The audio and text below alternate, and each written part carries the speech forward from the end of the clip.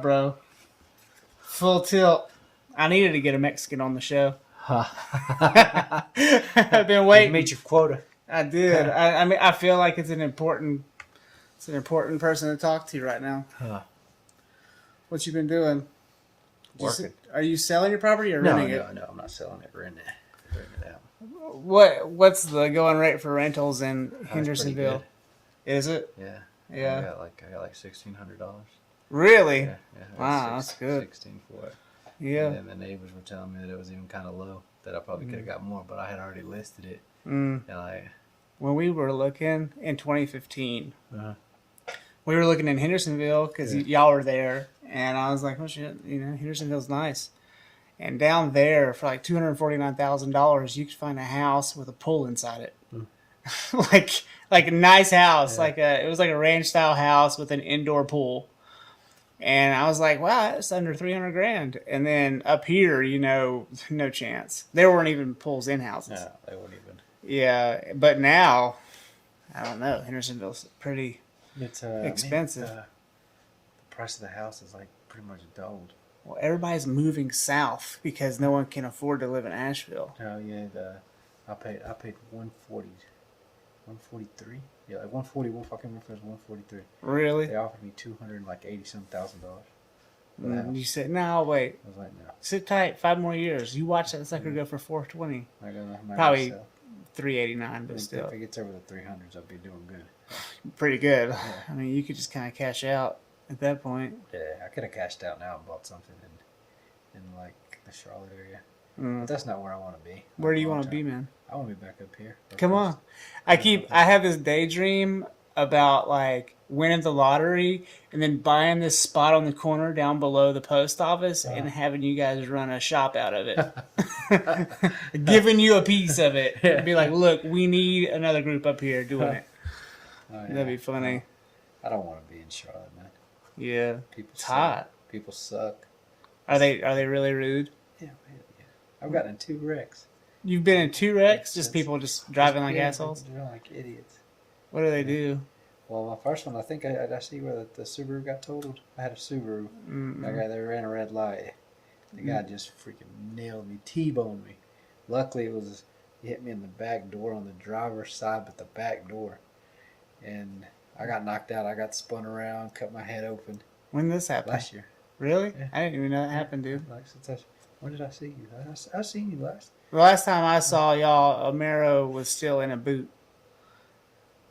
Damn, that was actually longer. That was 2 years ago. I've seen you since, but the last time I saw Amaro, he was still in a boot. Yeah, so I got spun around and wrecked. That car got totaled. That car was a piece. Well, good thing you have like 18 more. Yeah. I have plenty of cars. Yeah. And then my Camry, like a couple months ago, that got totaled too. What? Yeah. The Camry? Yeah. My Camry? Your Camry. I wanted to buy it off you. I mean, I was trying to make it to 400-some thousand on that car. It had what? 270. It was up to 275. That thing would have kept on going. It would have kept on. It got totaled? Yeah. What? Yep. Some guy. I feel like there's a death in the family. Somebody. I got to know that car. Was coming on, like, you know how Independence has the ramps coming off Independence, like come around like this, and then you get back on it and you end up having to like circle around. They're all messed up anyway. And we were trying to get on and they were coming off. They didn't even yield. It had been raining. They come flying across the yield sign. Like, you just see the back of it like doing this. They're like, oh shit. He's like, watch out. And like I seen it, so I'm trying to get over. That guy didn't fucking slow down one bit. He like came up fishtailed, hits me in the back with the back of his car, and he tries to overcorrect and just plows me in the front, and that car got fucked up. I mean, it could be fixed, but that car's not worth. I mean, it would cost you $400 to fix an $800 car. Yeah. Well, it's not $800 to fix a $400 car. Well, what do you think you really get? Like 21, 30, about $3,000. You think 3? I mean, it was really well taken care of. Yeah, about 3. And then the insurance, they still haven't figured that out because Charlotte's get sued. Why? Because you know how on the incident reports they'll give you like the parties' information. They'll give you like both parties' information. Yeah. Well, They gave it to the wrong person one time. He wouldn't beat the shit out of somebody because they. Oh, so it caused the crime. Yeah. Yeah. So they're not giving them out. I have So to. it's confidential information. Yeah. So right now it's a confidentiality thing. So I had to sit. There forever, wait for the cop, and then like I asked for the police report, and Mark Hefner, Scott's brother. Yeah. He. Is he a cop? Yeah. He's a sergeant down there. Oh wow. So he told me, he's like, yeah, man, I'd love to help you, but I can't. He's like, I can't. So I had to submit paperwork to the state, and I'm waiting on that. He could hook you up. He said he can't get in trouble. Just kidding. Those Hefner boys don't break the rules. They don't. They don't told me it. I remember.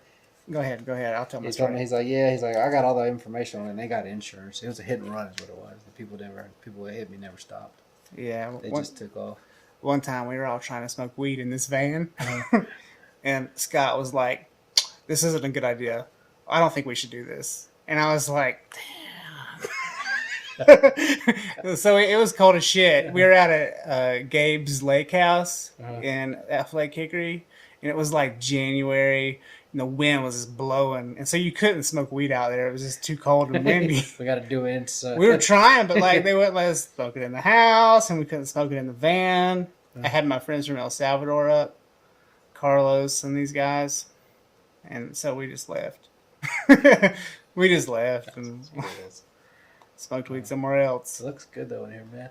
Yeah, thanks. It's legitly done. It's like fully done.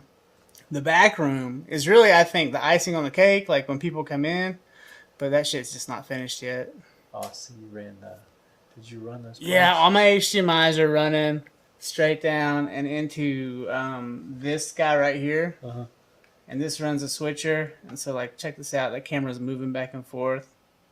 You see it? Yeah, pretty nice damn setup here. I know, it's fucking legit. And then it's like we're gonna, what is it? A casting couch on porn movies. I mean, imagine removing the table and putting a bed right here. We'd be fucking go. It'd be golden. Golden showers. Yeah. Nah, we're not going there. Although I do think it's funny because this is like a convertible room. And so like when we have guests in the wintertime at Christmas, this can be a bed. And I'm like thinking, what are they going to think when like there's microphones above their bed? Like, so I'd have to like break everything down for them to come stay and not be weirded out. Cause I mean, like the mics would literally just stay right above their bed at night. Yeah, I know. It's so pretty cool that you got the lights, everything. My wife doesn't get it. She thinks it's in the wrong place. She tells me it needs to be over here. And I'm like, look, it's for the shot. So like I've got this really cool shot behind me here. See that? And then behind you got Prince on the background, Milli Vanilli back there, Dr. Dre. Yeah, I seen Dr. Dre when I walked in. Yeah, and then that shot. I mean, so I have a co-producer station, and right now I'm just trying people out, but eventually I'll have one locked in. And they'll be sitting there, and whenever we talk about something, they're just going to be like Googling the shit out of it, right? And so if we get to a topic like Camrys, like I'd be like, show me your Camry, and we'll pop a picture up on right there. And so they'll be moving, and so that's their station. That's actually what you see on this computer. And so they'll be throwing up on there and casting it, and so be like researching and stuff. And we did it right though, man. I had to. This is pretty damn good. It's like it's the Joe Rogan model, only slightly better. No offense to Joe Rogan, but like I hate the fucking microphone in his face. It's like a giant black dick in his mouth.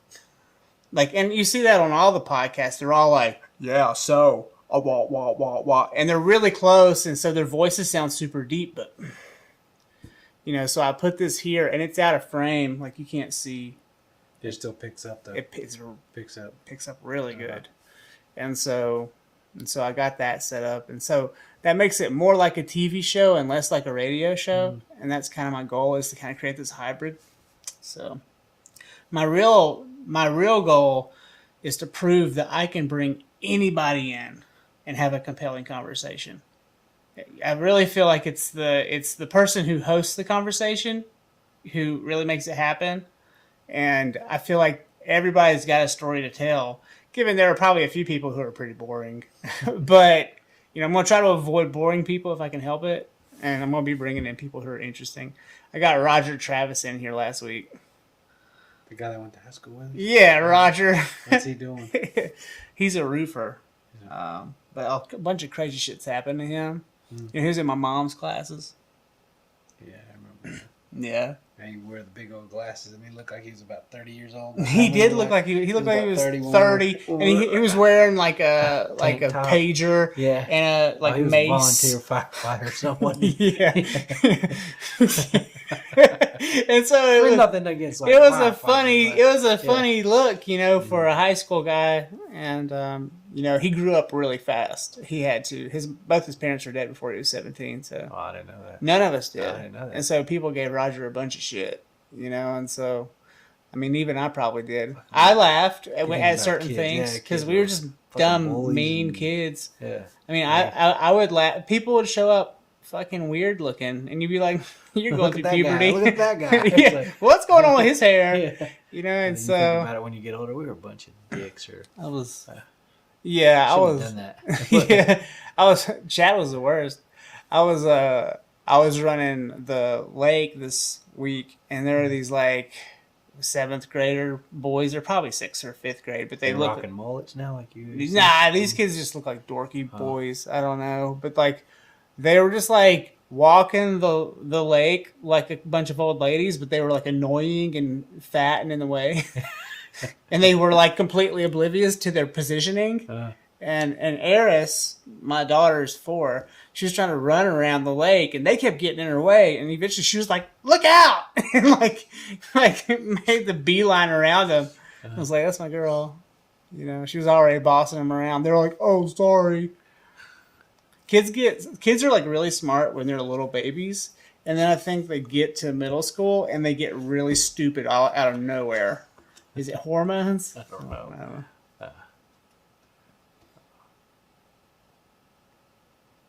How's it work for your wife? Everything going good? She's good. Oh man, she's actually she's back in school. Back in school? For her doctorate. Oh. Well, it's actually her second master's, and so she's going back for her second master's in palliative care, I think. And basically that's taking care of people who are on their way out. Yeah, older people. Yeah, like people get put in hospice and she's trying to help create a better environment for the people who are going through the death cycle. I guess that's not how she says it. Is it online or how's she doing it? Yeah, she's doing it through the University of Maryland online, and she's done the whole thing. It's been 2 years, and she's in her last summer classes now. So in July she's done, and she's acing it. And I'm like, keep up with this girl, dude. I can't. Like, I mean, if I were to go back to school, I'd probably go back for like psychology or philosophy. But like, what would I do with that? Right? I don't know. You're kind of limited, really, on psychology degrees that you can do. I mean, I could become a psychologist, but that's not really my interest. Like, I really just want to talk theory. That's all I want to do, and I can do that without going to college. Like, can we just talk theories? Because whether they're conspiracy theories or scientific. If you got a psychology degree, you can't really do shit. Well, can you be a guidance counselor in high school, maybe? I'm sure that, like, depending on where you are, you can get. I mean, you can become a clinical psychologist. You could work for the prison system. Ooh. I mean, but I bet there are some dark, deep paths that you could go down that would be, like, super dark and, like, scary. Do you want to go down that? No. I mean, I don't mind every once in a while, but I'll just eat some mushrooms or something. Maybe hallucinate and make some crazy shit. Mm-hmm. I'll just go walk around in these woods at night. God, creepy. I mean, you are way out here in the dang. Feels like we're way out, but we're really you're really not that we're far. 4 minutes from downtown Black Mountain, which has everything we really need, minus an Indian restaurant. And we're 15, really 18 from downtown Asheville, which is the city. Yeah, you got everything you need. So we're like super good here, but I don't know. I want Black Mountain to become more independent from Asheville. But it still lives off of... Well, up until like 2018, I had to go to the gym in Asheville. And then I started like going around town talking to people. I'm like, hey, we really need a CrossFit gym in Black Mountain, Hey, And then this guy Trent, he is a pastor at a church, and he's like, I really think we do need a gym. I'm gonna put a gym in the church. And I'm like, great idea. So we go to church, and then we have to worship, I guess, while we work out. We talk about what we're grateful Do burpees. for. Do some burpees. It's like, what are you grateful for today? Not these burpees. What are you stressed about? The burpees. But, that's a joke. But, yeah, so that's fun. It's 6 a.m. You go at 6 a.m. or 6 p.m., and I can't do 6 p.m. So you're the morning person? I try. I have not been this week or last week, but I had a good run. I did it for like 3 or 4 weeks, and then we had this thing called deload week where we just stretch, and like I was really ramped to like really hit the fucking squats and like and do some of this with like a real bench press thing, and but we got in there and like, oh, we're stretching this week, and I'm like, okay, cool. It just made me kind of sleepy, and then they had been lifting for like 4 months straight, so I get it. I had just gotten in, and I'd just gotten in my rhythm. Yeah. And so that week I did more cardio, and then last week I didn't do my cardio or work out much, and I'm trying to get back into it now, so I'm running more. My bike gets out of the shop tomorrow, hopefully. And so Andrea and I's bikes are both in the shop. She crashed on Sunday. She was up in Montreat, and she just it was raining, and she just went down, and she landed on her gears and stuff, so they got beat up. She's fine. She just sprockets and other things that they ride on. God, they're so fragile. Uh-huh. I mean, is it the small ones on the back, or is it the big? I don't know what happened to hers, but on mine, my derailleur is shot, and so it's bent. Yeah, my sister likes to ride bikes. Cycling's good for you. My sister and her husband. If you want to eat bread and stuff, go ride your bike for 20 miles and then go home. One of my other friends does that quite a bit. He rides that like up the damn mountain. He went up and did something. What is it in Banner Elk? He went to Banner Elk and like climbed that damn thing. I was like, you do that to yourself? I was like, that's damn torture. That is hard. That's the mountain biking stuff. He's cycling. He's just cycling. He's cycling? Yeah, it's like one of those little bikes that you pick up with like 2 fingers. I thought you meant he was like mountain biking. No, it's not mountain biking. He's like climbing these hills. Well, it's like that here. Yeah, he came up here too. He went to Brevard. You should get back up here, dude. We could start a Latin American cycling posse. With the gringo. I found out I'm from Spain. Well, how much? It's like 30%. From Spain. Well, all right, maybe 15. I don't know. So, long story short, I thought I was Native American my whole life. My dad's like, you're 16% Native American or 1/8 Native American. And I'm like, I'm Native American, So I pretended I was Native American for like 3 years in college. Got laid a few times, but not really. I didn't. I'm kidding. But I signed up to get a check from the Cherokee. I tried to get a check. They were like, "Fuck you, white boy." No. But I got my mom did our ancestry, and I was like, "What is it? What is it?" And she's like, "Funny, I'm Turkish." She said she's Turkish, but I didn't have any Turkish in me. Right? She's like, I'm mostly English, Welsh, Scottish, I guess, like the majority. But then in my mom's, she had it was like 3.9% Turkish, and then a bunch of other Scandinavian countries, also white people, and then like some French, Spanish peninsula, like barely. But then mine came back, Welsh, Scott, and then almost all of the rest was Spanish Peninsula. And so I don't know how that works, but someone in our line, crossed the Mediterranean and did some fucking and came back. That's all I know. Or didn't come back and stayed there with their brown ass. Right. I tan well. Well, I mean, most Spanish are light-skinned, too. Like, you still got blonde hair, blue-eyed. They are very light-skinned. They're olive almost, like Asian-looking. They're not like dark. Yeah. I can't get over how they lisp when they talk. Senor Mendez, remember? Yeah. Did you have to take Spanish class? I took Spanish class my freshman fucking year. Bullshit. You know what I did? I didn't do shit in that class. You were like, I got this shit, homie. We had Miss Pericone. Remember Miss Yeah, she was hot, dude. Yeah, she was my teacher. She was super hot. She was always. I was always doing my homework for the other classes. Was she Senora or Senorita? It was Senorita. Senorita Pericone. Yeah. She was fucking. Yeah, she was banging. slamming. She was like in her mid-20s. She was like right out of college. Yeah, like early mid-20s. And she like I don't know if she really was from a Spanish-speaking country, but she was all like, "Hola." She would talk with her. She was hot. She would roll her R's, and I'd be like, "God Almighty, stop!" And then I quit taking it. I was like, "Why the fuck am I taking?" You should have taken French. I did. I took French. Did you learn it? I mean, I know enough that I think I could. French and Spanish, how close? Nowhere? No. I mean, There's really no need to know French. Like, I mean, I would love to be able to go to Montreal and be like, oh. but I can't. No, it's. I mean, I remember stuff enough to where I could, if I went, I think I could manage to get around.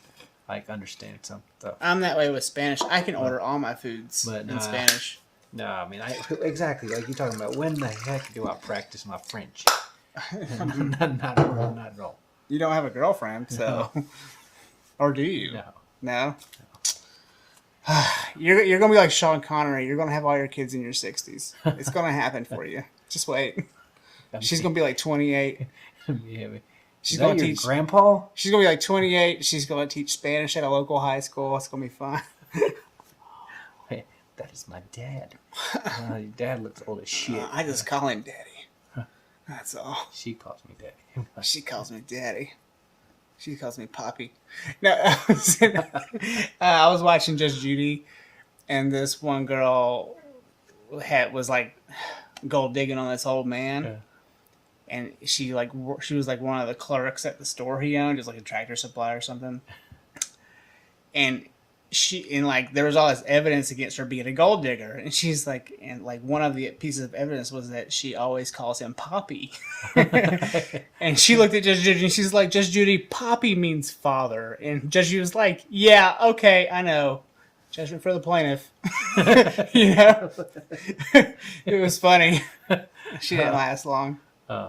We used to binge some Judge Judy. Andrea was into it. Yeah, we watched a bunch of damn shows last year with the pandemic hit. I don't know how many shows we like binge watched because we had nothing. You and Amaro? Yeah, me and Amaro. Tired of watching soccer? Yeah, fuck you. We said we don't watch no soccer. Yeah, you're a football fan. So we were like binge watching all these damn shows. What's that like being Mexican and really not being into soccer? I mean, I watch it during the World Cup. Well, yeah, but like, so does everyone. Yeah, so does but like, I don't know, man. I mean, I never was a big fan of it. I mean, I think it's grown on me a little bit more as I got older. It's funner to play for sure. But like, it just wasn't. I mean, we grew up in the South. We're like, you grew up in the U.S. You were like really American. Football is king down here. So. You remember when we went to Panama City Beach and that guy thought you were Asian? I don't remember, but I probably did. I mean, he was like, "What's up with you guys in Honda Civics?" And I was like, "He's Mexican. Yeah. He's not." Yeah, you would just say he drives an S10. He was like, he drives an S10. He drives an S10, motherfucker. I don't know what you're talking about. That was hilarious. That's a good time. Fucking racist. We were talking about that. Like, he's like, "Where did you?" I can't remember how it came up with some guys at work, like. They're like, where'd you go in spring break? Everybody's like, Myrtle Beach. It's like, we fucking flew. Yeah, we went to Panama City. We flew to Panama City, dude. Panama City. And it was rough. It was rough. It was actually really. So I went to Panama City 2 more times after senior year. I went with my friend Greg, our freshman year, and it was fucking awesome. It was like better than the time we went. Right, and then there in spring break when all this trashy, slutty, everything going on was. Yeah, it was awesome. But and then I went my sophomore year, and I took all these people from college with me. Biggest mistake of my life. They'd never been exposed. They were all a bunch of fucking dorks, and like they didn't know how to play it cool. We were trying to get more people in the room than we paid for. And some motherfuckers, we were in the lobby. You know the lobby at the Sandy Pepper.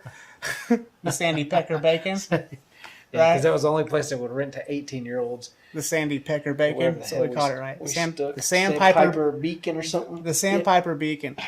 And he's like, So what do we do if there's 8 of us? And I was like, It cost us less, you dumb fuck. it would have. But now they're booking the room for all 8 of us, not for 4 of us. And so everyone got mad at me because I didn't plan for everybody to go at the same time, and I didn't tell them how much it was going to be. And I'm like, hey, the internet's real right now. You can look it up.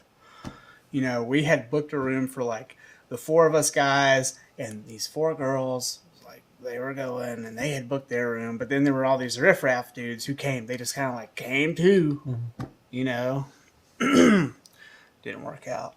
It was rough. Lost some friends that weekend. We had a good time. We did it. Yeah, we did have a good time. A real good time. That was fun. You didn't even have to leave the Sandpiper. You could have just hung out right there. I had a little TUR room downstairs. Yeah. I miss those days, but then I don't. There were a lot of God. We got away with so much bullshit. It's like when you're 18, it's like the video game level is down at like 2. And then as you get to 25, 26, all of a sudden, it's like the universe turns the video game level up to 8. And shit gets really hard. I don't know. I was like, God, shit's hard right now. Life hits you. And then you get someone pregnant or something. That didn't happen to me. Huh. Not until later. Yeah, I don't know. You realize you're being interviewed right now, right? Huh? You're being interviewed. We're rolling, bro. Taping this thing. You're episode 3, Orlando. I gotcha, bitch. I gotcha. I didn't consent to this shit. Mm-hmm. I still have my hat. It's still brand new. It's got the sticker on it. Now, you didn't give it to me. Oh, you took it out of the back of my car. I stole it. You took it out of the back of my car. I was like, this is mine now. You took it out. Yeah, I remember you took it out. I hate the Camry's deceased. Yeah, it's dead. It's fucked up, man. It's dead. I got to get my money for it so I can finish paying this other one. What are you going to do? You going to give it away scraps? I mean, just turn it in. Let them do whatever they want with it. The whole front end smashed. Like the bumper, the grill, the quarter pin on this side. Well, it wouldn't have taken a hit hard. I mean, it didn't have any. It was like 40 miles an hour. It was about 45. God, that thing could have been a death trap. Yeah. I mean, it was made like my old Maxima. Like, it was just not safe like they are now. The cars, cars are safe, but like you think about it, a lot of them don't. You could have like a car from the 70s or 80s and hit somebody. Yeah, but and that damn is like a it tank. Wouldn't even bother. Yeah, it's like you just keep rolling. Once you get to 1990 to 2005, like they got small and thin. Oh yeah, the door panels on that Camry were like. Yeah, I mean it's probably like paper thin, like this crap. Yeah, it was nothing. I mean, that's how they make them. Cars are ridiculous now. $70,000-$80,000 for a pickup truck. And yeah, I'm looking at that Ranger. That new Ranger's hot. Yeah, you were on the kick on the Escalade. I'm still on that. I'm looking, but man, it's like they're fading out, and I'm not going to go buy a fucking $219,000 Escalade. I don't care how nice it is. But I'm torn because I can get an Escalade, and then I can put all my shit in my car, like all my gear, and know it's not going to get jacked. Or I can get a Ranger or a nice, S10 or something, right? And put a cap on the back, but that's an extra $1,000, right? Because it's not going to come with the cap. Yeah. And so you got to get the cap that looks good on it. I know you don't, but. And so I'm torn. And my wife really wants me to get a truck. She still got the Subi? Mm-hmm. Did she have a Subi? She still got it. She had some trouble with it a few years ago, like right after we bought it. Something was wrong. It was like rocking like this, and the guys at Black Mountain Tire fixed it. You got it fixed. Yeah, I got my tire fixed on the Cadillac. Oh. My tire. What'd you do with it? It only cost me $150. You asked me about a wheel or something. Yeah, wheel was cracked. Did you get a wheel, or did you get it fixed? I got it fixed. Mm-hmm. I said, okay, look, I kept having to put air in it like every 3 days. Yeah. And I was paying $2 every time I went to put air in. Just drop to the damn shop. If you know those guys, they probably would.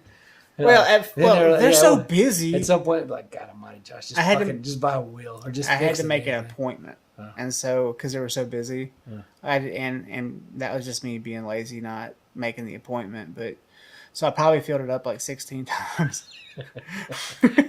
But I called, made the appointment. Here comes this cheapskate. They got me in on Thursday. I had to leave it overnight. Friday it was done. It was fine. Cost me $140. Also, they fixed the wheel. They fixed the wheel. Okay, they probably welded it. They did. They sent it off to a guy, and he had it back the same day. Yeah, there's some guys that do it mobile. I mean, you may not see it much, I guess, here. Oh, we mobile guys? We see it in Charlotte. Yeah, they actually came and picked up several tires or rims and took them to a shop. Apparently, there were other people who were doing the same thing. Yeah. The clicking noise in my car's gotten worse. I tamed it. So my you remember what I'm talking about, right? When you turn the AC on, it starts clicking inside the vent. Oh, well, now there are two places it's doing that, and I've learned that if I just pump the heat to 90, somehow that like expands that plastic, and it doesn't click anymore. And if I get it down at that point, I can then dial it back to like 78. But if I go any lower than 78, it's like got the problem again. Yeah, so that's okay. But yeah, did you don't have any more problems with you were having water getting in it, right? Still getting in it. It's still getting in it. You guys fix. My guess is on the trunk. Or your something. assessment that it was coming through the light. The light was probably right, and I'm guessing that it probably fixed whatever was in that section, but it's all on the sides. It's still coming in. I could open it right now, and it's got that much water in it from this afternoon. The only thing you probably have there is the seals, though. Oh, well, it got way worse. Do you remember that big rain we had back in March? It was fucking monsoon. I was down at Richard Dowdy's house. He lives in Old West South. He's our age. He didn't go to high school with us, but it was pouring, and I had to meet Cassidy over in Longview to do this shoot. He always asks me to do shit for him when it's like raining really bad or something, and he can't change the date because it's got to be that day. And it was pouring, and it rained all day, like for 17 hours. It just rained torrentially, and I was out in that shit for like 8 hours, and all of a sudden, like the rain just wasn't going in the trunk; it was coming through the light, like right there, and dripping onto my stick shift. And it was coming through pores in the car. I don't know, like the whole like side panel was wet. You know, it's like I was underwater. It got bad. And I was so. You remember John Stallings' old house, the one that was behind the one they built behind your neighborhood. Yeah, like not the one they built, but the old house. The older house, not the one that they built afterwards. So that's where Richard lives. He lives in John's old house. 3 boys too. Funny, 3 little boys growing up in that house, just like John, Jordan, and Joe. Yeah. You know, it's like history repeating itself, only black. You know, like it's weird. It's crazy. Anyways, well, that driveway right there by Greg's, and so I was parked like this, and I went inside, hung out with Richard for an hour, I guess. Came back out, it was just pouring. I back out of his driveway, and it's like a river flows into the passenger side seat floor. And I was like, what? Oh, man. It was a lot. It was like gushing in because I guess it had pulled up in underneath the engine somewhere in like a pan or something. Christ, so you got a bunch of water in there. Well, I haven't. I've remedied the mildew issue because I park it in here and I roll the windows down and I always towel out the trunk every day or two. So it's actually not got better. No, it's gotten worse. And I think that's just the fucking nature of like that Cadillac model. I mean, I'd like to talk to other Cadillac owners, see what they did about it. I don't know who to go to for the seals. Yeah, I mean, it'd be the dealer. The dealer? Yeah. The dealer, or if you can get the part numbers, eBay the damn thing, or like Google and somebody else probably sells them. Just get them. Always the way we get them at work, because we can get them after market from somewhere else. Yeah. Tell them, hey, send me a quote. Send me a quote, and it's always the quote has the part numbers on it. And if you get the part numbers, because if you just ask them for a quote over the phone, they'll tell you, well, it's this much. We'll always ask them. That'd be $615. Yeah. And then say, hey, send it to me on a quote, email it to me.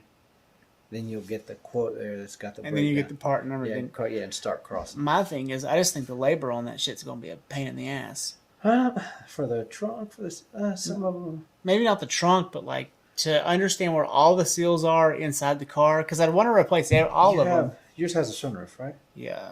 You have a drain for that too. They're like if those are clogged up, that'll let the water back up and it'll start pouring in too. Might need to let somebody look at that, figure out what I need. I need to be diagnosed with what my problem is. I don't know. Just sell it, dude. Sell it? Sell it and get you something else. I mean, it gets to the point where you're like, oh yeah, this thing's great. It's Here, worth- 7,500. yeah, make sure you clean it up really well. I've had people offer me 83. Like this guy offered me 83 on Facebook, and I was like, not yet. Like I don't want a payment. Like I'm debt free, Orlando. Like I don't know how. Oh, I do know how. But Don't spend, yeah, man. huh? Don't spend it when you don't have to. I've been really good about it. I mean, everybody's. I mean, look at this room. I've obviously been on Amazon, right? But Amazon Prime. Like, oh, he's like, people that bought this, like, and Josh is like, they also bought this. Josh is like, well, give me 2 or 3 of those. Add no, that shit to it. where I did where it's not even so much Amazon as it is like B&H Photo or fucking Best Buy, but like, all of these little gadgets, like those poles there, that rail, all of those rails, I had to get those. I had the HDMIs. I mean, I had a bucket load of HDMIs just for no reason. I inherited them somehow from other people, and I've had them. We lined the whole wall with HDMIs, 25 feet HDMIs all going around. And so, I had some leftovers from that. And so all my wiring was here. But, the only thing I bought during the pandemic that was like of large was that FS5 right there. It was $2,900, and I bought it off of another videographer down in Marion. Nice guy, young guy. But yeah, I got that camera, and I'll never get rid of it. It's a fucking workhorse. So Still got I see you got the daggone the drones. Drones. Yeah, they are great, but they're dated, and I don't fly them because I fear they're going to crash. And I just like them. I mean, I don't want to fly those. I think what I'm going to do eventually is those really fast ones. Is it like you see on ESPN Raiders? Well, they make a bigger one, DJI, and it's I don't even know the model name or anything but like that. But it looks like that guy, only it's got a fatter body, and its blades are closer together, and its back blades are up higher, and its front blades are low, and that fucker flies so fast. It's like zow, zow, zow, and it's for cinema work. So if I do buy another drone, I'm probably going to get one like that because it's more agile. I have 2. Yeah, see the one there and then the other one. Yeah. On the other one. I've got 2. That one's probably the most reliable. This one's better in wind. But yeah, so I'm just trying to hold on to my stuff and not break it. I mean, it's so easy to break a camera, and so I'm trying to be careful about it. That's why I was like, when the pandemic hit, like this was just a pile of wood on the floor. You bit something out of it. I did. I said, I got to do something here locally. Even when the pandemic's over, which we didn't know if or when it would be over. Like, I was like, if the pandemic's over, I still need to be stationary, and I need to build something that's going to be able for me to produce without going out in the field 100 times. And so because before I was doing interviews, you remember, like you saw some of my interviews, right? With Dominic and with other people, and I was constantly taking my gear out, bringing it back, and it was a pain in my butt. And I was just like, I'm just going to set it up here and make them come to me, And year number 3, I'm going to do this like probably 4 or 5 times a month for the next year. And I'm just going to see how far I can get. I don't want to be Joe Rogan or anything. I want to be me. Maybe a little bit of Larry King. I like Larry King. To the hair. Yeah. It's like eventually I'm going to start looking weird. Like as I get older, I'm going I'll probably get fatter. My glasses are going to get bigger. My hairline's going to go back. Yeah, so it'll be fun to watch from now to then. But I'm just going to do it for a year. And, if the good Lord pulls me away from this project, okay. But I think that my choice and people I'm interviewing will be really smart, and I'm hoping that it'll help other people kind of get word out about the things they're doing. I see myself as a conduit for other ideas that people have. And so here I am in the middle, and I've created this like echo, right? And so they come to me and they talk, and then it shoots out to the world, and they tell their story, whatever that story is. Some of them may have really good advice about business. Others might be mechanics like you, everyday people. And then I'm not the mechanic. Man. I just facilitate it. you are a facilitator of mechanics. Yeah. You're a manager. Yeah, so yeah, no, I can't. You don't want me fixing anything for you, Hey, unless it's maybe changing your oil. If that, I could probably do a good job at that. I appreciate that. I don't know what to say. But not. Yeah. If you want something, I can find. It takes, that's the thing. It takes all types, man. You know, and you went to school. I mean, you have the a degree in finance, and don't even use it for nothing. you kind of do. And to a little bit. I mean, trying to. I mean, Not- you not count to- those books. Not to the extent of. You're the guy who counts the books, right? Oh no! I mean, we have an accountant that we have to send everything to. I mean, we have a CPA, pretty much like a CPA that works for Yeah. that handles all that. Yeah. Or, well, we do have to watch the bottom line, make sure that it's tough though, man. We got so much work. Let me ask you a question that's podcast worthy. When and where do you experience racism as a Latin American Mexican man? Where? Yeah. I would say more in public, really, than anything. What is it? Just white girls don't like you, or like? Oh no, people. I mean, just some people don't like it because maybe they see me doing well for myself, You think? and they're maybe kind That's of interesting you say a that. little bit jealous. Mm-hmm. I've seen a little bit of that. When you roll up in that Xterra, Nah, man, Xterra's old as crap, man. it looks good though. Xterra's old. Yeah. I mean, I don't think I've experienced like to the extent like say something terrible, but I mean, I remember when I was in school at App one year, some girl asked me, she's like, "Where are you from?" And I was You know, Hickory. and I was like, Mexico. And she's like, "Why don't you fucking go back?" But that was years ago. Could you go back? Would you have a place? I mean, I could, but what would I do? Was that Really? your grandma? Like, My grandparents are still alive. yeah, My grandparents are still alive. Only one, I mean, we lost my granddad on my mom's side. in But, Mexico. Yeah, they're What still part there. of Mexico? San Luis. San Luis. Yeah. And where is San Luis in It's comparison in- to it's in Mexico? north. It's like north. It's about 4 or 5 hours north of Mexico So City. almost to Tijuana then. No. Tijuana is on the west coast, way up here by California. And so San Luis is on the East Coast. Yeah, towards the Gulf a little bit more. So kind of like Cozumel. No, Cozumel's like That's an Mexico, island. Mexico does kind of like a. It's Almost a- like a people don't almost like a realize- U. It's big. It's like 2 Texases, right? Oh, it's probably bigger than that. there's 120 some million people that live in Mexico. Mm-hmm. So, yeah, man, maybe like I tell you what, man. When we were doing our racing videos, our ads would hit in Mexico. they were. We would get lots of views out of Mexico. But that's my brother-in-law, a bunch of his friends that are from up here. They're huge into the like 4-wheeler and dirt bike race and stuff, Mm-hmm. and they go around and ride around on like a I don't know what kind of circuit it is. In Mexico? No, here. Oh, it's probably the Yeah, I don't know. AMA. I don't know what it is. I mean, it's a smaller circuit.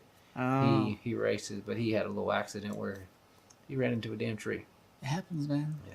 I mean, the first race I ever went to for that I was considering working was the NCHSA's here locally at North Carolina Horse Criminal Association.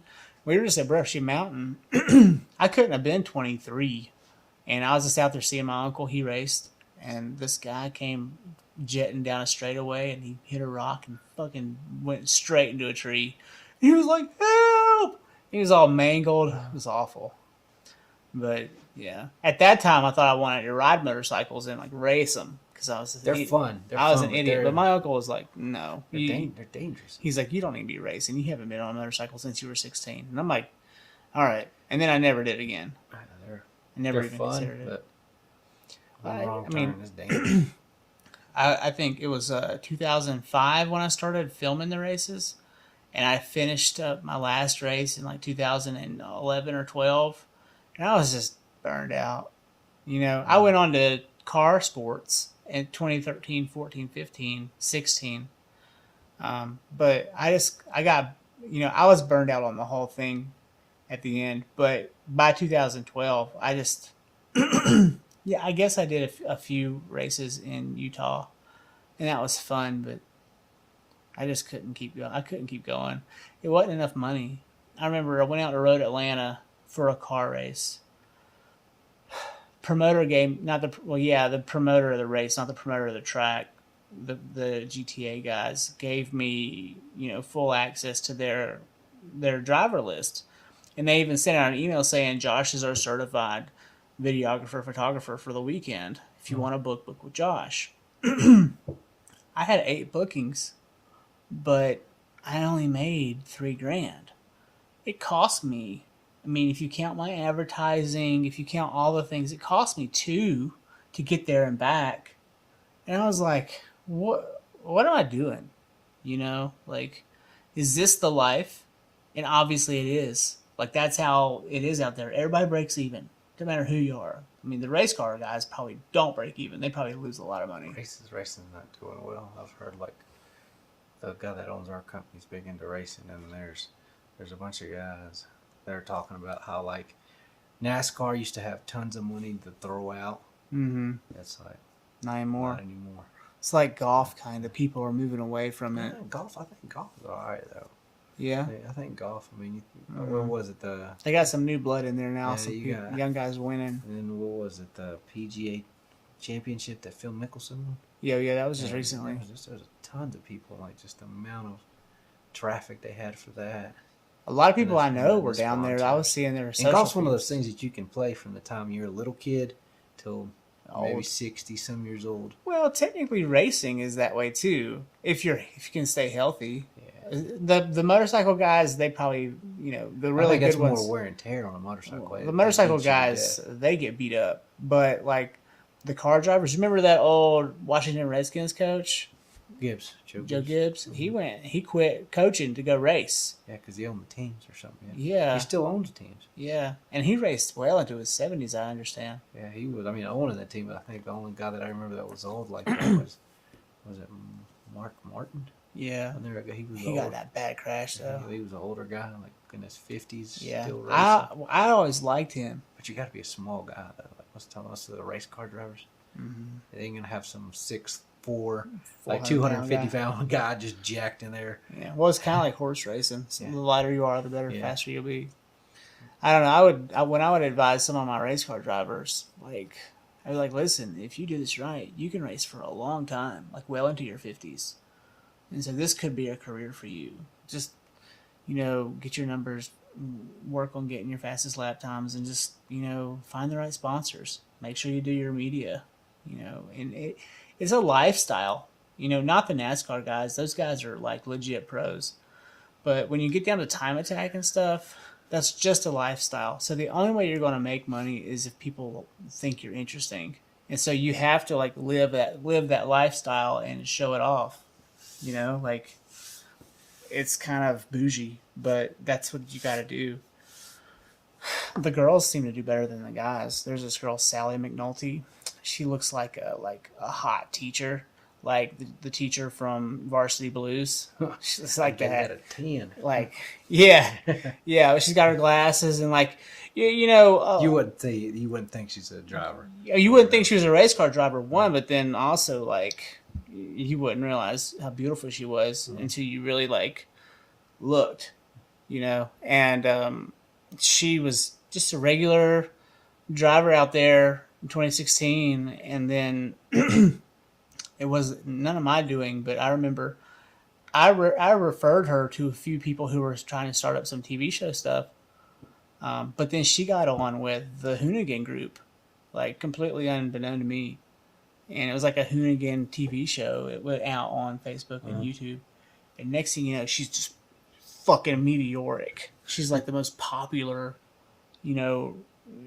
ricer there is. You know what I mean?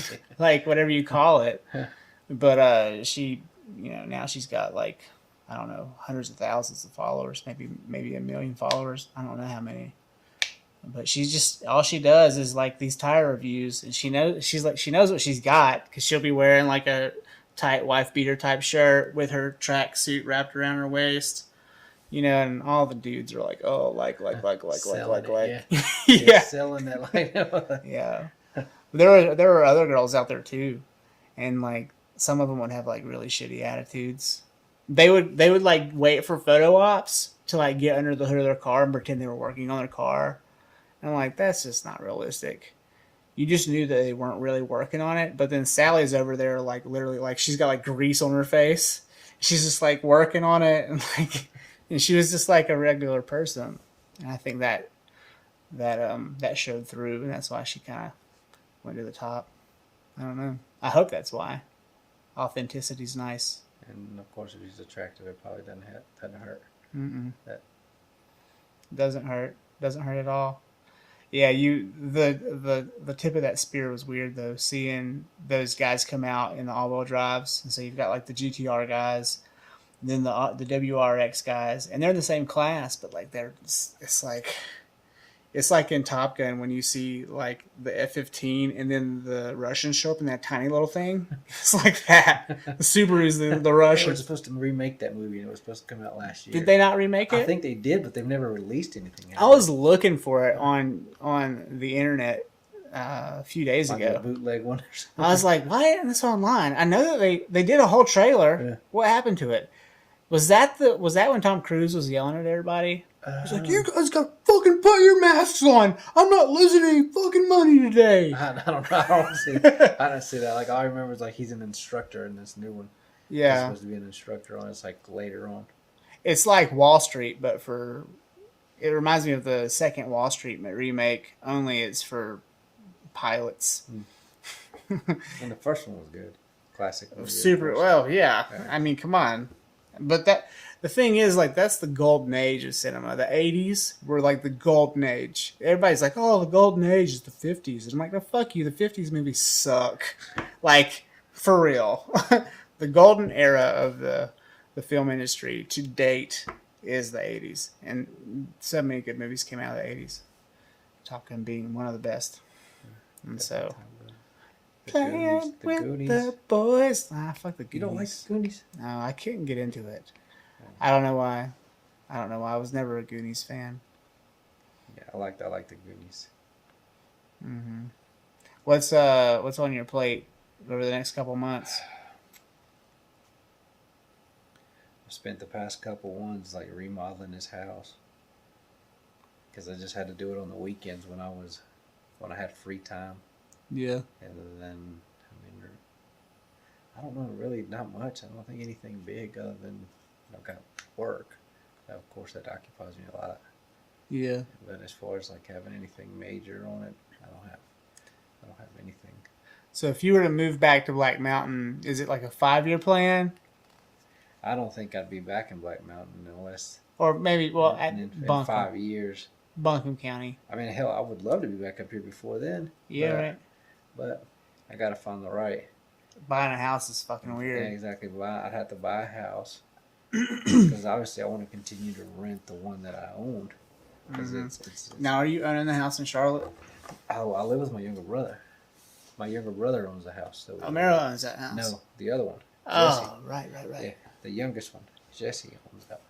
So, and so you guys would, how would you do that? So he'd stay down there.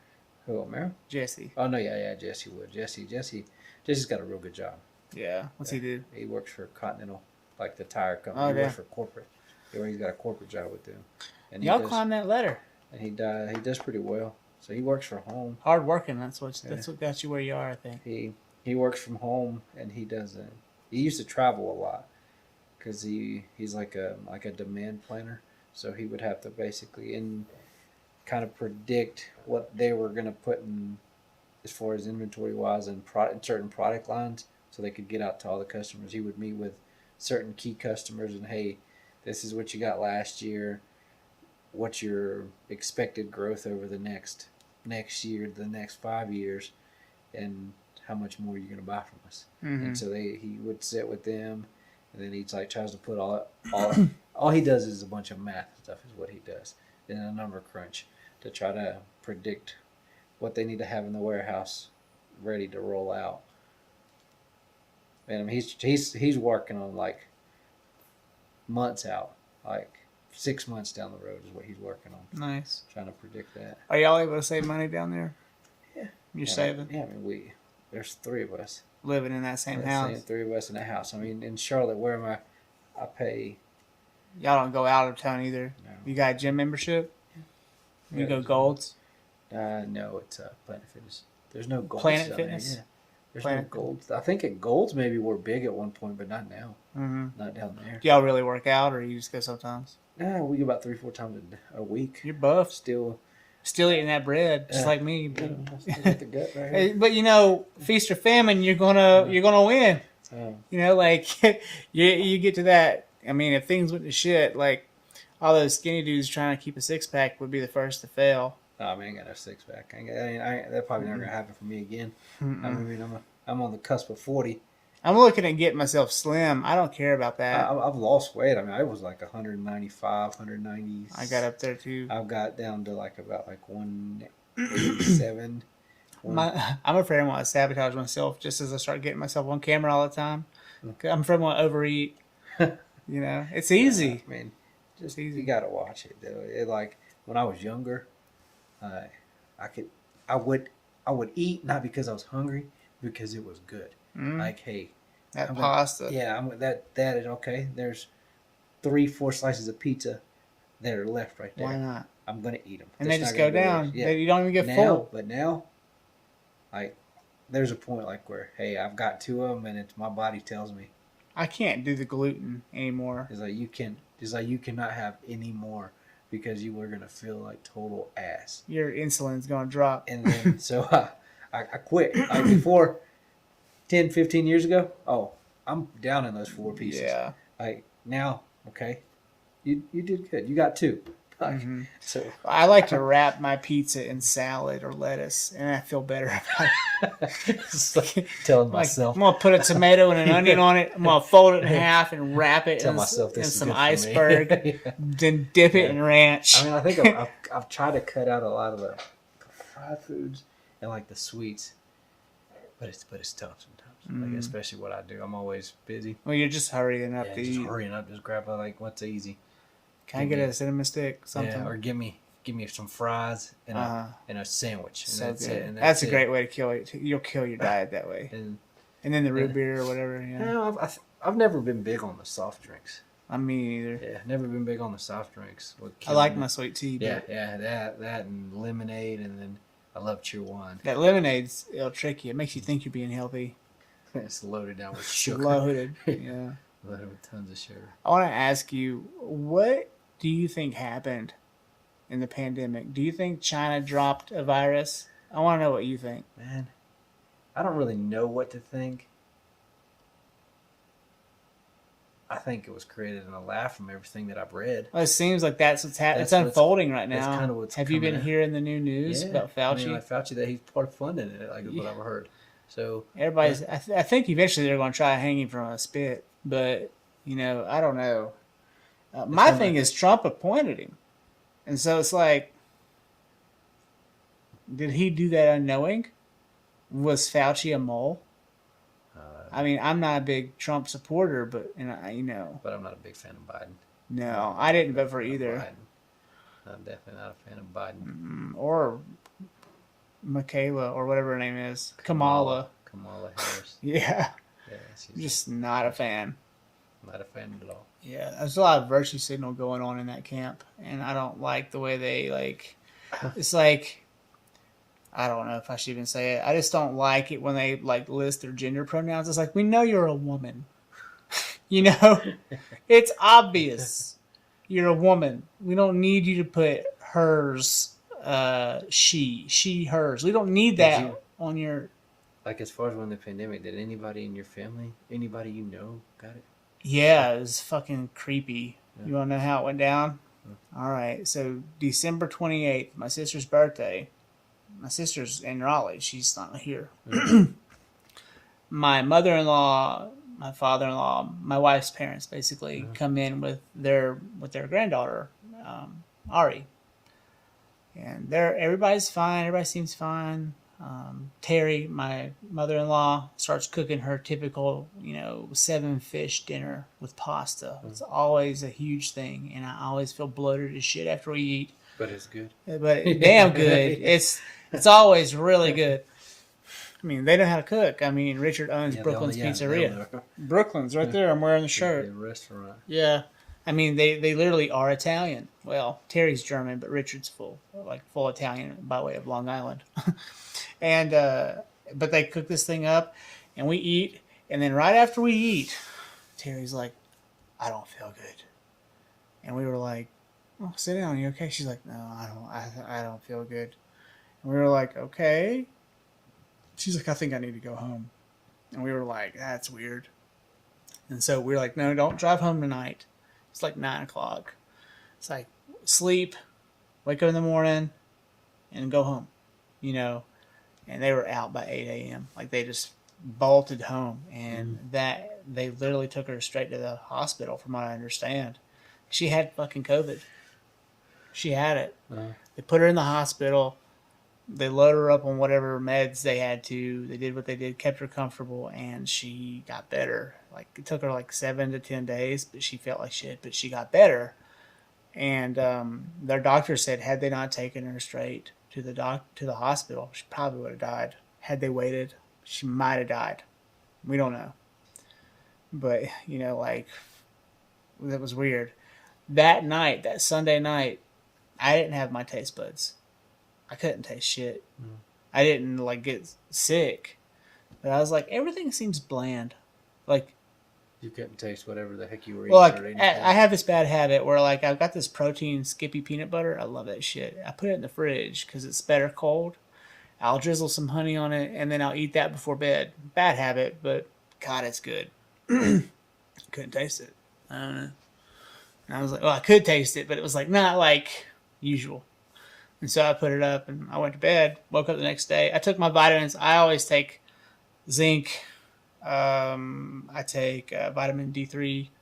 I take a whole load of vitamin C. I'll put like 2 in my cheeks like a squirrel before bed. It's good. Tastes like sherbet to me. It's like these really soft powder-coated orange vitamin C's.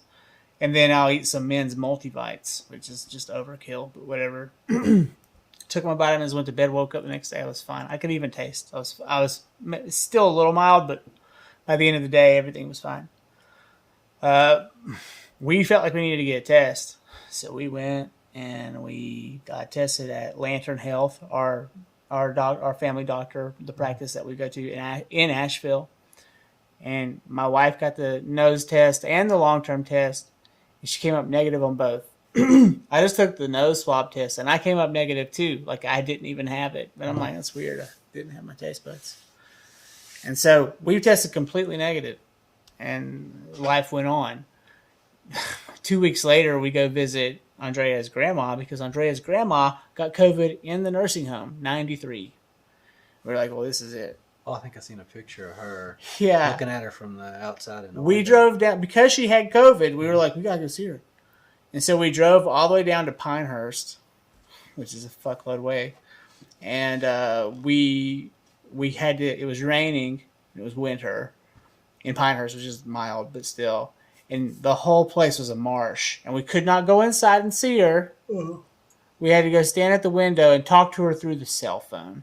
She's 93. Come on. It's crazy how shit. Yeah. Well, like, the nurses were going in there, and they all had on, like, full hazmat suits to take care of them. I was like, this is awful. And we sat there outside that window for 4 hours that night, and Andrea talked to her grandma for 4 hours over the phone through the window. And then we drove home. Guess what? She beat it.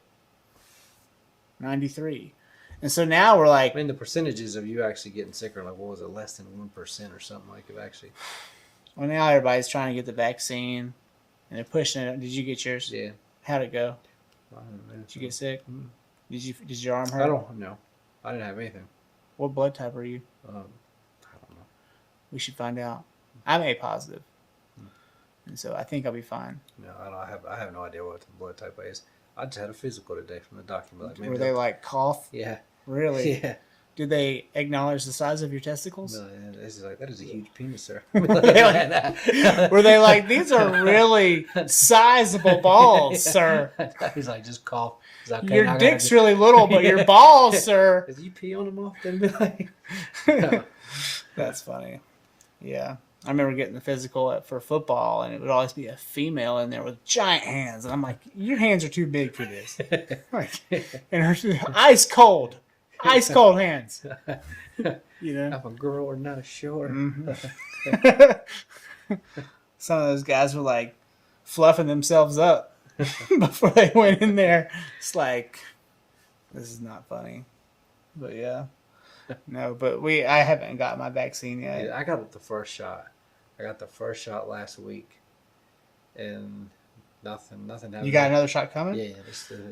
So we're gonna have to have you back in. Talk to you about the Pfizer. I think is what it is. You got Pfizer, Moderna. Yeah. So you got one more to go. Yeah. That's the one where people don't feel good. Yeah, they said the second. I've heard that. I've heard that the second one has always been the one that's been more. It fucks you up. Yeah, more problematic, or more people have more symptoms or something from it. Mm. But the first one, they're like, "Are you sore?" I was like, "Man, it was a little sore, but not." You get a headache? No, I didn't get no headache, no nothing. Right. They made me sit there for like 15 minutes and just sit there, like, Just in case you went into in case anaphylactic shock. freaking pass out or something. Yeah, start foaming out the mouth or something. But no, yeah, nothing happened. Yeah. The Right. fact that they ask you to sit there for 15 minutes concerns me because they never did that with the flu shot. They're like, here you go, bye. Oh, I got the flu shot. And I got sick. I thought I had it. I know. I thought after I got the flu shot, I started showing this. I got it like on a Sunday, Was this Monday. recently or? like last October. Yeah. Like I started showing symptoms of what was like The flu. we're like, well, I was afraid I had the virus, the corona. And I was like, oh crap. Damn, did I go get a flu shot and this motherfucker gave me COVID? And then I was like, all right, I went to work. and like I kept working, and I got home, and then I was tired, headache, and all this. And then like the third day, like Wednesday, I broke out like sweats real bad at night. I was like, I hadn't been this So sick in you a while. had it, So basically. well, no, I went and got tested the next morning. You didn't have the flu. I didn't have the flu, and I went and got tested for the virus too, like for corona, and that was a debacle trying to get it taken care of. Why? Because nobody would all the CVS's, like the hospitals were like covered up for like days. I'm like, well, I need to find out soon because they're like everybody was advertising rapid, like instant result test, and I couldn't find one of those. It took me forever to try to find one of those. Like I was looking everywhere where I could get one. I finally found a CVS in Waxhaw, which is like 27 minutes away from where That's we where live. Leslie lives. That we could get it done, and so that's where I went. But I was looking in Hickory. I was like looking in Lincolnton and Gasoline. I was like, I'll just go there and get my test done, and nowhere. I asked about the rapid, and my doctor said that the rapids are really inconsistent. See, I had two of them done that day when I finally got it done. Okay. My boss was like, hey, he was in close contact with someone that actually had it. Mm-hmm. So he was in Monroe where we were at, and he went somewhere in Indian Trail, like Sun Valley, where the high school's at. There's it's an urgent care there, and they were doing them. And so he went there early in the morning, and they did his test and gave him like the instant results. After I talked to him, he's like, "Why don't you try here?" And I went there, and they told me they couldn't do it that day. They're like, "Here, we'll give you paperwork. Come back around 4. Maybe we can squeeze you in." Mm-hmm. So I filled out all my paperwork, and I had already made the appointment to go through the drive-through at Waxhaw. So that you're like sitting in your truck and they're like, bang. No, it was the swab. Oh, yeah. They took 2 like Q-tips, but you're supposed to stick it way up to your nose, like turn it for they're like 15 seconds. It doesn't fucking feel good when it's like way up here. I had to do that. And so I turned it in, and like they took 2 to 3 days to get the results back on that one. Yeah. Both of them came back negative. So I had to do that when I did that job for BET. oh yeah, you did that thing up in Raleigh, didn't you? So the money wasted on COVID tests through these large groups is insane. So they paid me $250 just to be here, to wait for the guy to show up to give me the nose swab. Uh-huh. So I got paid just to be home, and Garrett Lane got paid, and I think it's just us two. And then the guy who was doing the nose swabbing, he got paid probably way more than that. Mm-hmm. The COVID tests themselves probably are expensive. I don't know how much. And then they had to pay us for an actual day shooting in Raleigh. So they had to pay for my travel to Raleigh. Then they had to pay for the whole day there, and it was just insane. I was like, God, like we'd go broke if we had to do all that shit. We just independently we couldn't do Yeah, it. you couldn't afford to do it. And so Viacom's footing the bill for all these COVID tests. But think about all the other jobs across the country that they were doing, and how many other times they had to do those COVID tests. I just can't. It was like crazy, like watching sports, like football with the fake people. Yeah, fake people. The fake crowd noise during the Super Bowl. Yeah, I was like, "Fuck you, Tom Brady!" I just turned that shit off. Damn, Tom Brady. He's a damn probably greatest quarterback ever. Well, he probably is. It's fine. Yeah, I'll let that be what it's gonna be. I just hope a young buck comes on and beats his records in like 5-10 years. What's he got? Like 6-7 Super Bowls. Enough. Yeah, more than. See, this is the thing. This is a good topic. So, is it the coach or the quarterback? And right now, Tom Brady is proving that it's a quarterback. But this is the thing. He went to a team that had a bunch of talent. My dad was a coach, and I watched high school football. Seniors would leave. And then, so we left Freddie Ford. And then my dad came in the year after. And he was coaching the party crew of 2002. Okay? Like, no offense to y'all, but like, y'all weren't winning many ball games. All right? And that had to do a lot with the mix of guys. But then also, like, Drell wasn't there. Lamont wasn't there. Cassidy McCorkle wasn't there. David Kearns wasn't there. I mean, regardless of what you say about him, he was a decent player. And then, the linemen, Stallings, all those guys were gone. And so for me, it's like, all right, well, what's his name? Bill Bellichick graduated a class, and he's rebuilding. How many times has Bellichick rebuilt? Never. Really, until then, recently. That's true. I was thinking, he's been coaching a long time, Yeah, though. I mean, he was able to get, I think he was a good coach. He plugged in, he could get the most out of a player. He acknowledged the talent that was coming in. He was able to get everything, milk them for whatever they had to be. Yeah. Because, who the hell was Danny Amendola? Wes Welker, you had How would you even know Amendola would be a lethal weapon? Yeah, all these guys like... He's white and he's like 5'8", right? The slot receiver, they said we say he's 5'8". He's probably like 6'2", whatever. Yeah, but still, he made a lot of guys better. Yeah. He was able to get he was able to put those pieces to the team together like you'd see in Moneyball almost. Yeah. Yes, he was able to take the right guys, get the most out of them. And I have a feeling he's going to do it again. He may. You could put Bellichick on the Browns, and the Browns would have a successful program. Well, the bad thing is he did coach the Browns. He did coach the Browns, and he failed. That was his first job, I think. Interesting that you say that. I didn't realize that. That was his first job, and he failed. But I think, but did they give him enough time? See, I don't know. I think it's maybe like 1 or 2 year stint. Which think about the ownership over there, though. That franchise is just... It's like the Panthers over there. Garbage. I think this guy's trying to do something. David Tepper. The new guy at the Panthers. Okay. Yeah, I think David Tepper's trying to do something. He was trying to... What was he trying to pull? He was trying to pull something for... Who just got traded? They traded a quarterback a while back. Stafford. He was the quarterback for the Lions got traded to where? The Panthers? He got traded to the Rams. And he's a good quarterback. Very good. He's just been on a bad team. And he was trying to pull some strings where he was ready to give up Bridgewater or something else to try to get Stafford. Yeah, they were trying to bring Stafford down here. I don't think that would have done it, though. I think it would have helped. It would have got him closer to... Stafford's a better leader than...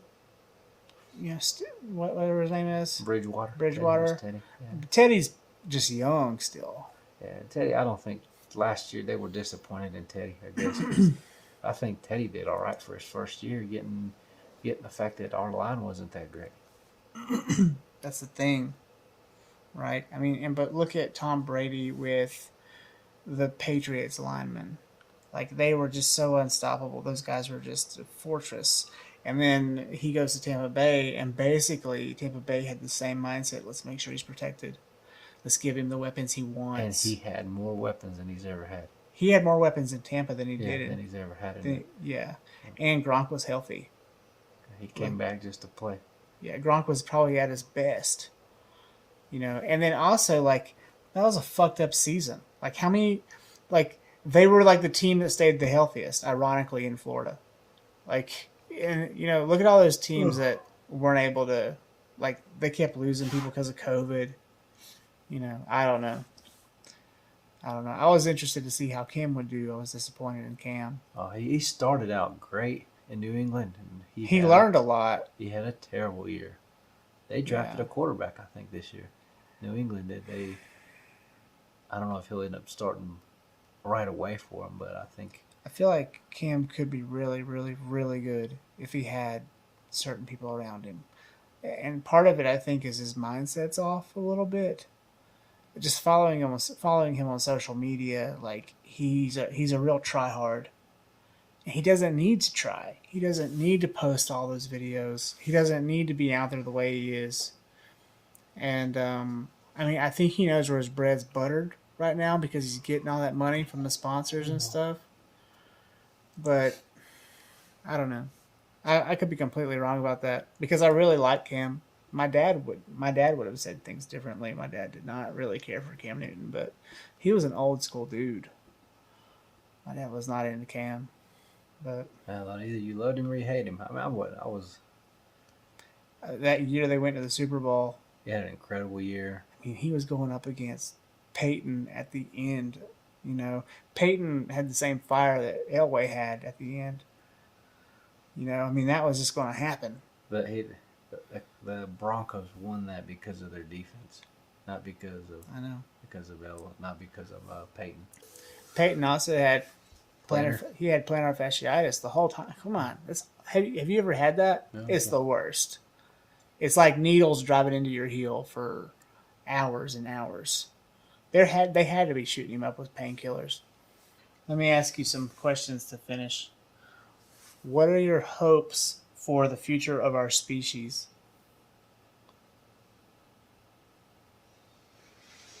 The whole human race, not just Americans. I know it's hard to think outside that. I don't know. I wasn't expecting that kind of question. What's the hope for the species? What's your hope for this fucking species, dude? The whole species. Do you want to go to Mars? No, I don't want to go to Mars. Do you want us to go to Mars? Do you think we need to be a 2-planet species to survive? I mean, I don't think so. No? I don't know. It seems like a question of the day. I was just asking you. I mean, you don't think about that much? About the Elon shit, like the race to Mars? You don't think about that down at Black's during the day while you're working? I'm just stressed out about getting shit done. I know, right? Getting stuff done. What's it all lead up to, though? Like, what's the point of getting it all done for you? Like, what do you hope to get? It's never going to be. I mean, I'm never going to get it all done. I just want things to go smooth. While you're doing it? Yeah, while we're doing it, which I know it's not. There's days I want to rip my hair out and like bang my head against the wall, and you question yourself like, why am I doing this? What in the hell am I doing? Or what caused this to go I've got wrong? a degree in finance. Yeah. And then I'm like, God, why? I don't know. I'd rather be doing what you're doing than sitting behind. I can't. That's the thing is that was probably like one of the main reasons that I couldn't do it. Sit behind a desk all the time. I couldn't do it. Well, you almost became a cop. You said, remember? Yeah. I almost became a cop. Mm-hmm. They could have used you, I'm sure. It's tough right now, man. Those guys treat them like shit. Nobody respects them. I'm sure there's the cops. I'm sure there's a bad few of them here and there, but it's not a reflection of what the majority of them really are. I mean, what do you think about that whole Black Lives Matter movement? You think it's bullshit? Yeah. They can hear you. Okay. I think it's bullshit. It all started over that George Floyd bullcrap. Who the guy was a criminal, had a fucking record like no other. He had a record like Chad's. Yeah, and then like the guy's like resisting, and everybody wants to make it out like, hey, black people were being victimized their whole life. They're not. I mean, in your case though, like, have you ever felt victimized? No. because I haven't done anything fucking stupid to get myself in a situation like that. That's true. I've done some dumb stuff that Sure. that like looking back, I'm like, man, how did I not get in trouble? I was lucky. Yeah. But as you grow older, you realize, hey, maybe I need to learn from that. I shouldn't have done that. Well, now I'm older. Okay, looking back, that was wrong. I shouldn't have done it. You got to learn from it. But you're never going to win against a cop out on the streets. The only way you're ever going to win anything like that. If you do win, it's short lived. Yeah, I mean, hell, you whip his ass. What are you going to do? You're going to jail. They got you on camera. Yeah, they got you on. Yeah, they're going. Cops are going to hate you. They're going to beat the shit out of you when the next one shows up, or if they see you. You're not going to win against the cops. The moment you're on their radar, you're done.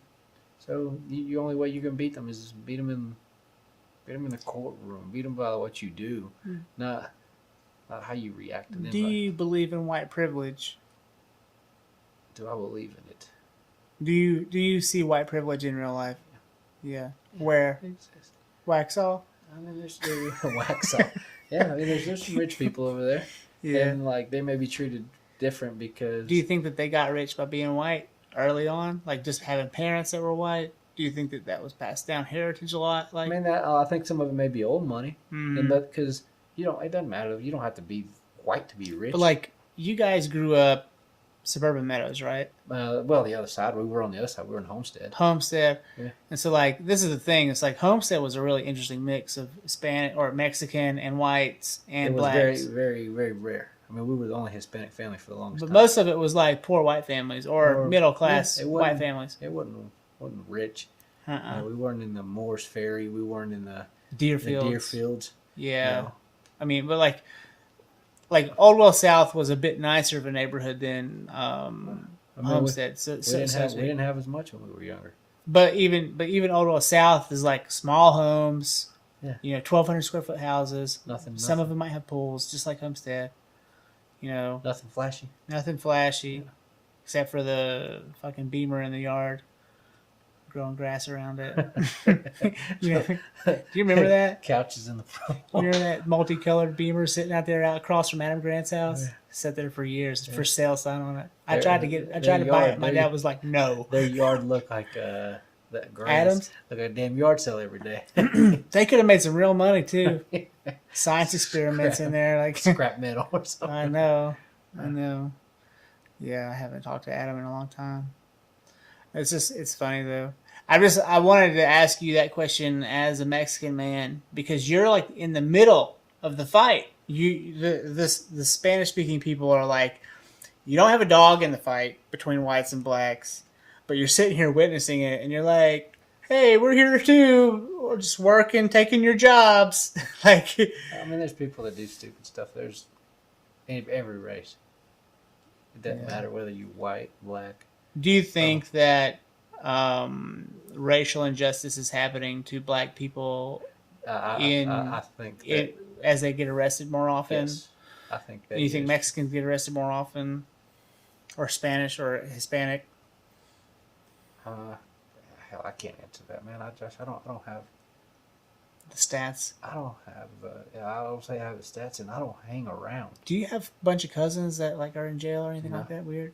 See, I got cousins in jail. No, I don't have cousins in jail. My cousin gets out in a year. I can't wait. And I don't hang out a lot with a lot of Mexicans, just because of where we grew up. I mean, you hung out with white people all the time. That's what we. I mean, I know I hate. It's bad.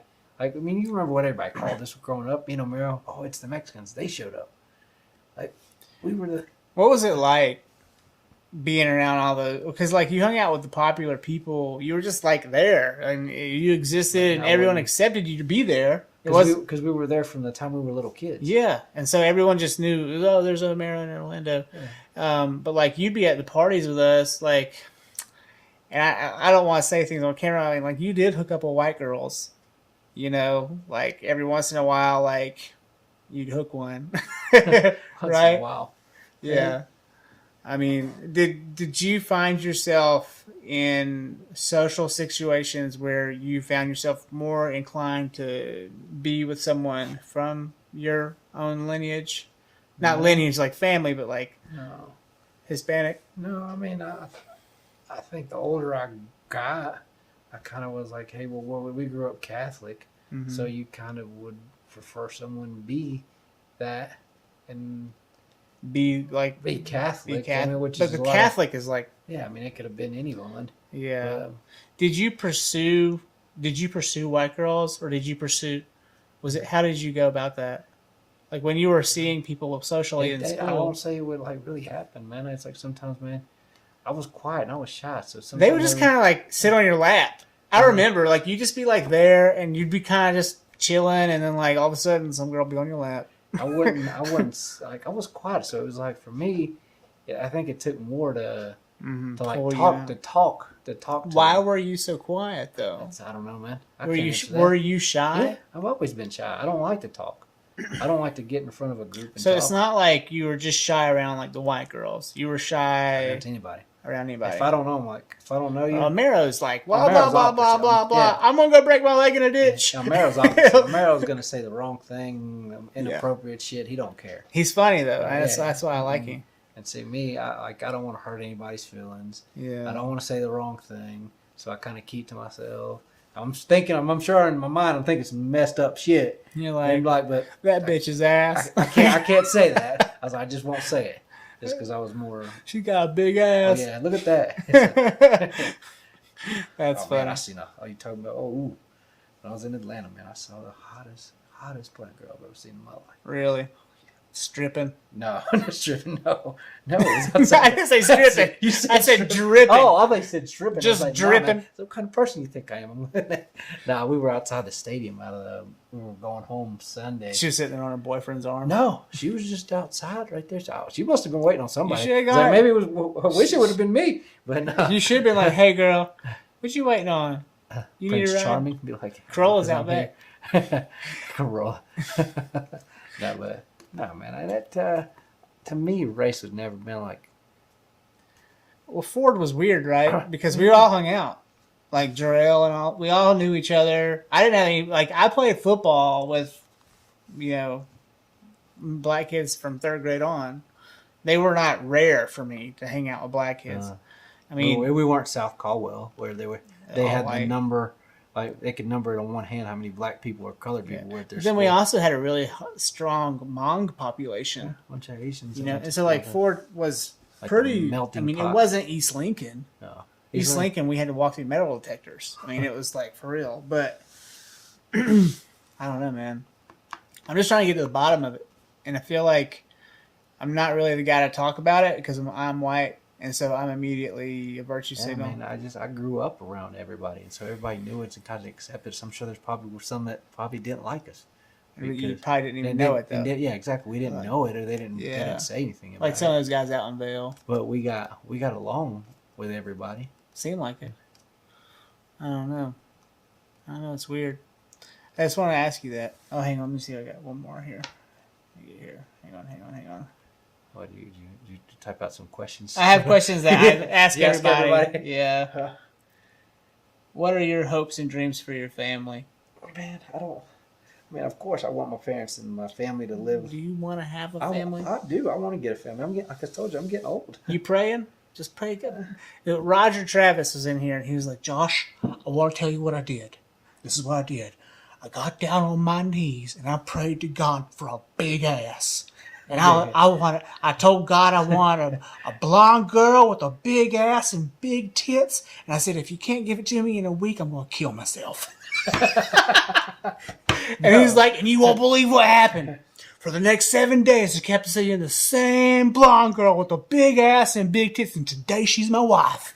And I was like, Hallelujah. This is genius. No. This is comedy gold. Yeah, I mean, I want to have a family, man. Like when my grandpa passed away, I just seen how it was nice to have everybody around, and I don't want to be the guy that's old and just everybody's forgotten about me, like sitting in a damn rest home just dying. Like the nurse and whoever is like, hey, well, hopefully this guy will go so we can get What's rid his of name? him. I don't know. I just want to get rid of this guy. Orlando I want to something. mean something to somebody. So, and I know I'm getting older. But My thing is like, not everybody's meant to have children. no, and it's not. But- like, and I believe that, and I believe that. Hey, But- marriage is not for everybody either. And But they are the most incredible blessing. yes, I would give them to my worst enemy to soften them. I'd be like, listen, here's this girl, and she's going to want to be just like you. And she's going to copy everything you do, and she's going to want to say all the things you say, good or bad. Like, and I would just like, you get this sidekick, and she's just like everything about you. And eventually she'll grow out of that, and it'll break my heart. But, like, it's really great, man. I have a little niece. She's 2 years. She'll be 2 years old. I get joy just out of seeing her. And they smell so good. Just seeing her makes me happy. And like we spoil the shit out of her, but that's what we're gonna do. Mm-hmm. Now, does she speak Spanish? Yeah, that's all that's my sister. My sister doesn't want her growing up. Hey, only knowing English, and that's like, hey, up, she doesn't. So my sister and her husband talk to her in nothing but Spanish. And so she's going to grow up. So she's going to grow up, and then learn English. See, you guys are in such a unique situation because you're bilingual. Like, no one in the States is that way, except for you guys and people that immigrate from other countries. And they like the Indians keep to themselves, But you guys are able to like bring it with you, and you still have it.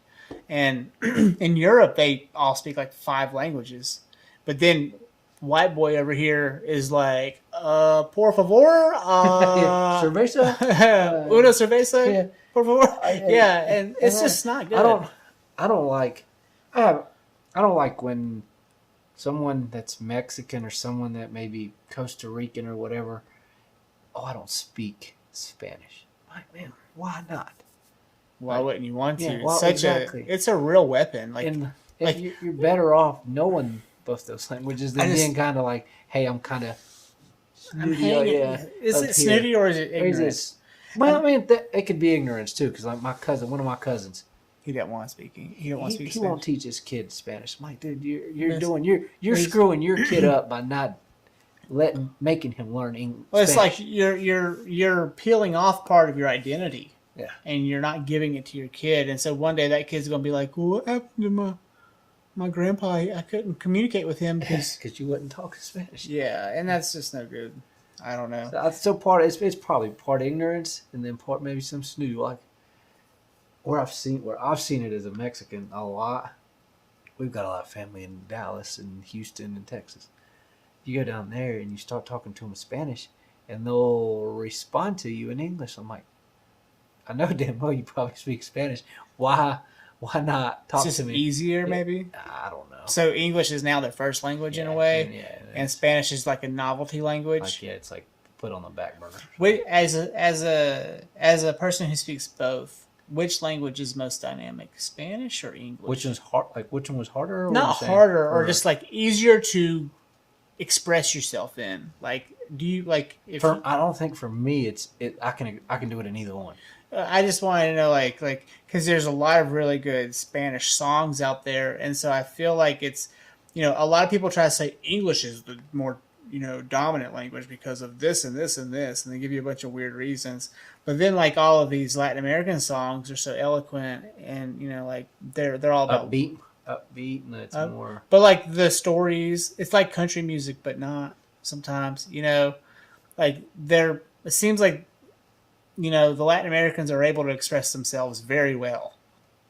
And so for me, it's like, in which language on the entire planet are we able to most express ourselves? Like in some languages, there's not a word for love. There's not a word for Russian. There's not a word for family or like whatever. I think Hispanics have more of a, like you're talking about family, they have more unity in amongst the family. Like they live closer together. Like, have you seen these big ass mansions and stuff? I'm just like, if I were a Mexican man and I made money, like I would have if I were me and I had a big ass house, I'd be like, Mama, come on. Hey, Christina, Chip, if y'all want, this is your wing. You got a whole wing. Oh, that's your own private pool. Your side has a pool inside. Like, I would give them that. And so I just see like, not your family, but in a Latin American family, there's like 15 people sometimes. Yeah, I just put them all in the same big house. Yeah, and it happens. I don't know why, but like I said, the family is more. They're more like unified. Closer to. I think it's a protective. It's almost like a it's like what you guys have learned to do over centuries, if not like thousands of years, just to protect like the weakest links in the nest, so to speak, whether it be the children or The elderly or the elderly or Uncle Slim over here who just seems to fuck up all the time. Like, yeah. I just feel like it might be a protective instinct, whereas white people seem to spread out. I mean, white people have spread out like that for a long time. Like the castles in Europe, like not a lot of people lived in those castles, from what I understand. At Biltmore, like for like I don't know how long, one person lived at that house. It was a vacation home for them. No, like a guy lived in one of the turrets. Mm-hmm. Some guy he lived there by himself in the Biltmore. At least that's the folklore I heard. I don't know. So it's like, what are we doing? Like imagine if you had the Biltmore estate, your whole family had the Biltmore estate. How many people would be in there? Give me a number. Shit, it'd be like 200 people living in that damn thing. You bring them all from We'd San Luis. Yeah. Like, come on, we made it. We'd have some crazy parties on the weekend. Now. Yeah, it would be good. Like, not leaving this state, just stay here. You'd be calling up Loverboy to play on the South Terrace for you. They play I saw Loverboy on the South Terrace. It was Is that why you said that? Yeah, it was good. It was really good. All right. Well, it's whatever, man. If you gotta go, you gotta go. Man, I gotta go. It is 11. I'm gonna be home around 1 o'clock, and then don't kill yourself. Yeah, I gotta kill myself. It's like I don't want to go home right now because my mom, she'll be like, "What are you doing?" Yeah. Just go home. Just go all the way. I'm gonna go all the way to Charlotte. What's the nicest car you own right now? The nicest car? Mm-hmm. Probably the Jeep Wrangler. Oh yeah, you still got it. Yeah. You didn't drive it, so God no, that thing's a gas hog and it rides like crap. Mm-hmm. Like it's not made to be comfortable. I feel that way when I get in the back of the Jeeps all the time. I'm like, God, this thing's hard. Bangs you. I got a souped up one Jeep. I got another Jeep. Oh yeah. It's one with the Hemi in it. The suckers, but it's got some issues that we're trying to fix. Mm-hmm. But when it's gonna be done, it's gonna be real fast. That's good. I like it. Well, I'm gonna invite you back up with the Marrow at some point. Get him to say some shit. Mm-hmm. I wanted to. You said you were coming, and I was like, well, shit. I'm just gonna turn them on. It's good practice. I've only done a few, so I'm not really routine yet. And so, but then also like, part of my point is to get people on the show who are not white. You know what I mean? Like it's important. Also, maybe not a guy's, and so for me, it's like having a Latin American man's perspective. Also, a successful Latin American man who like actually has real work, and you're not working construction being the typical Mexican. Like you literally have a degree in finance. Don't you have 2 degrees? No, just a It's just a one from Appalachian State, right? And so like, and you grew up white. Pretty much, like you grew up with all around white people, around a lot of white people, and like so your perspective is different than, like we have a few guys who come help on the yard, and like their first language is definitely Spanish, and like they're translating everything we say, and it takes them a while. You can see it. It's like their needlepoint. Like they're like, wait, what did he say? Okay, so yeah, very cool. Thank you, man. Good to see you, man. You too. Come do it again. Do you want some water for the road? Yeah, give me some. I might have damn caffeine if you got it, but if hold on.